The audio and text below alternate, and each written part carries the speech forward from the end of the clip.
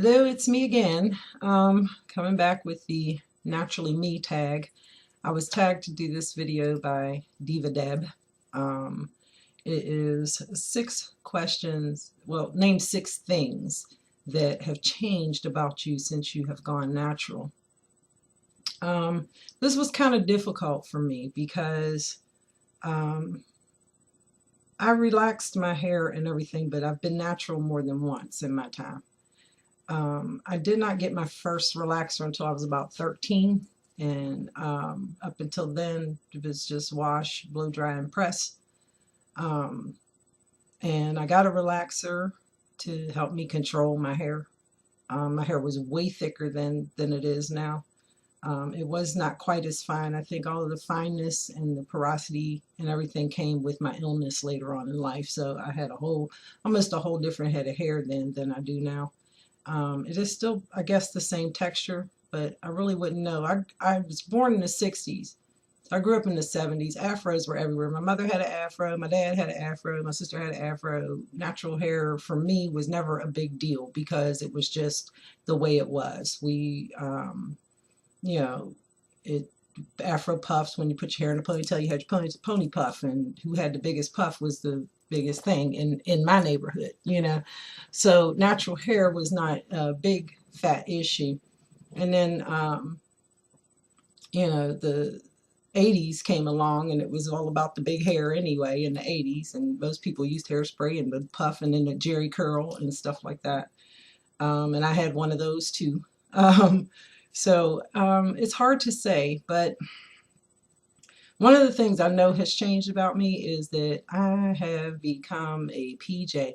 Not that I was never into hair products, but I was more like I would buy a product and use it till it was gone before I even thought about moving on to the next thing. I'd buy the shampoo, the conditioner, and the line and whatever. And it was like, I'd use it till it was gone. I bought hair masks. I'd see avocado masks, clay masks, and stuff like that in the beauty supplies, and I bought those. I used to do the treatment once a month, the hair mask treatment. I always did stuff like that. It was just, but now, oh my gosh, I am a product junkie. I mean, I can't have enough products. And honest to goodness, I'll look up and say, oh, I only have 2 leave-ins left. I gotta get some more. And I feel like I'm on this frantic search for leave-ins, because the 2 I have left are of course going to be my HGs, but I don't have anything extra to try. And I'm like, oh my God, I gotta get some leave-ins. I gotta try some new leave-ins. But it's fun though. It is fun. But I have become a product junkie extraordinaire. So, and I don't have a lot of money, so that makes it more difficult. The other thing is washing. Yes, washing. We all know that we were taught that, you wash your hair too much, it's going to fall out, you're going to dry it out, it's going to break. All these problems. We're not supposed to wash our hair. It was, like I said, I did my treatments once a month. I think I washed my hair every 2 weeks at most, and that depended on the style and how well it was holding or whatever. And it's funny because you never equate. I had dandruff and all of that. And actually, since doing this natural hair journey, I have zero dandruff, none, not a flake, not a thing. And I used to have dandruff so bad that I would be forced to wash my hair just due to dandruff sometimes. And just clean scalp makes a big difference.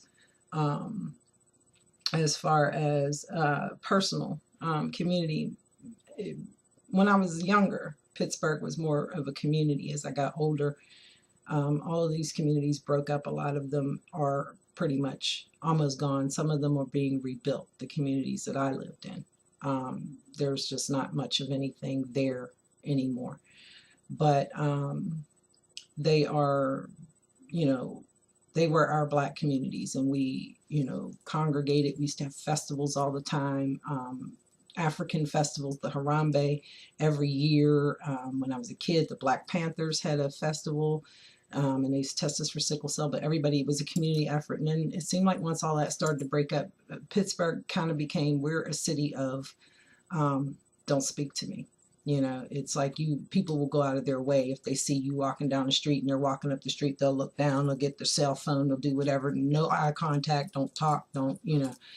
But with the natural hair community turnaround and a lot of more women here than I had ever realized becoming natural again, we stop each other. You know, we say, oh, your hair's gorgeous. What do you use? I've been in the store on, you know, 80 occasions now where I'm in the hair care aisle and the lady will say to me, what do you do to your hair? And what did you think I should do? You know, and have you tried this? You know, and we just go back and forth, and it's a really, really nice thing to speak and communicate with people again.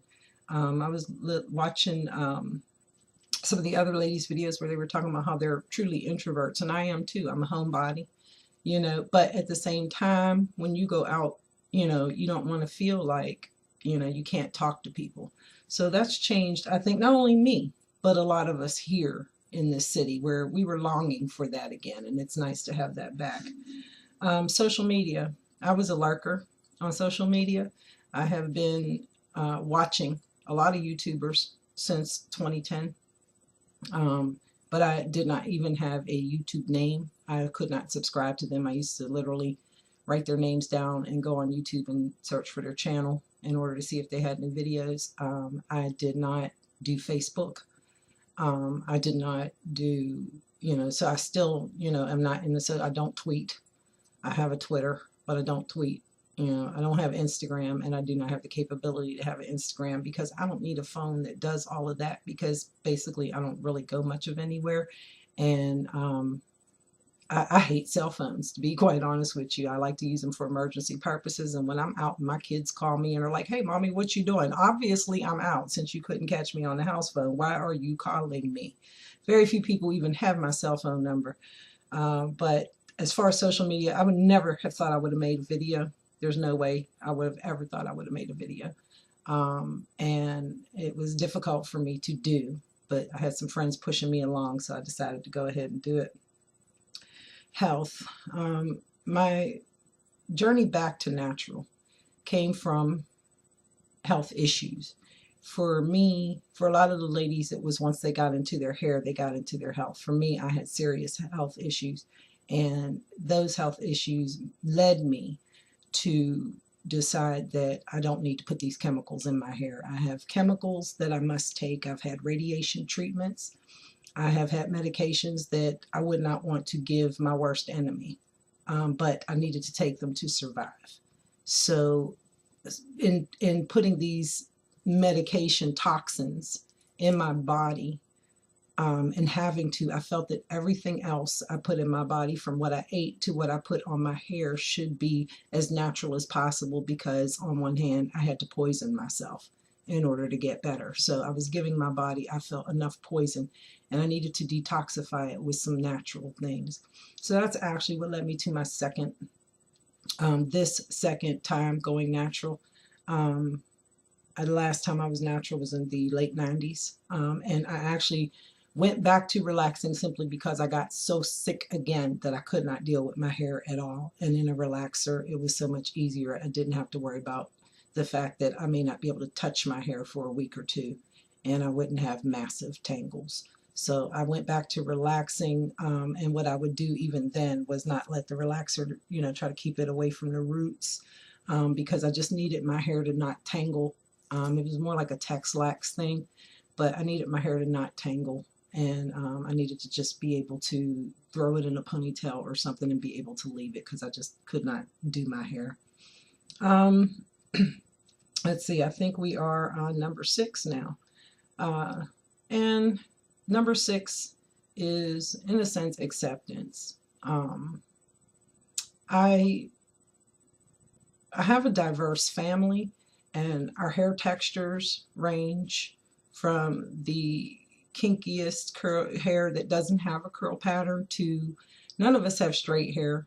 Even those of us who have the more Caucasian style hair, it still has curl and frizz and stuff like that. It's like the, you know, the Irish curly girl type thing, you know, where there's curls but there's frizz and everything, the wild hair.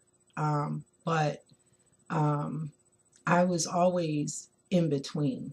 I'm the in between. My hair texture is like no one else's.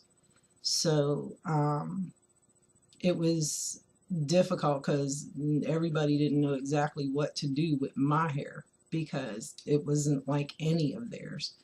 And the ladies in my family all, most of them had long, long hair. I never really had that, partially. I think because my hair was so different, I know my mom used to clip my hair and keep it a certain length for her to be able to deal with. Um, but although my hair was not in the kinkiest texture, I had the tangliest texture. My hair just liked to tangle in on itself all the time, so she had to keep it at a length that she could control without combing half the hair out my head. So, I still do not particularly completely love my hair. I accept it though. It is what it is. It's mine and it's different. And I can get, I like I said, this funny texture. I can get bone straight. I can look like I have a relaxer even without having one. And then at the same time, when it's all curly and everything, it can look as kinky as my, some of my cousins and everything. I have this hair that just goes back and forth and is very versatile. And I should be extremely thankful for that, but in some ways I'm not. So it's really weird, but I've come to accept it for what it is. It's mine. And I have this different head of hair, and I'm different, and I just come to say, hey, this is it. It's mine. I'm going to deal with it. I'm going to, make the best of it. And I do like it. I love my curls in and of themselves. I'm still fighting for that length, and I think that's why length is such a big deal for me, because I never really had it.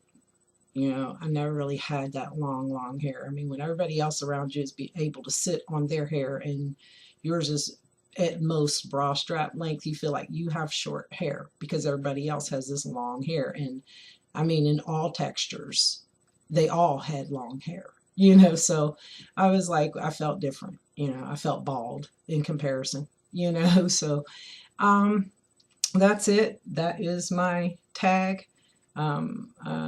I hope you ladies enjoyed. I'm sure some people are surprised that I don't love my hair, because most people come on and they're talking about I love my hair.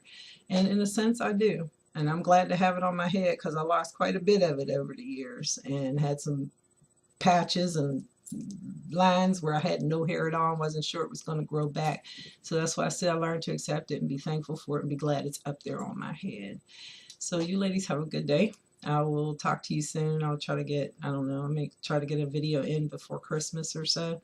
It's been really busy around my house. I got kids moving back home and from college and so on. So it's been a heck of a time. So I will talk to you ladies soon. You have a good day. Bye-bye.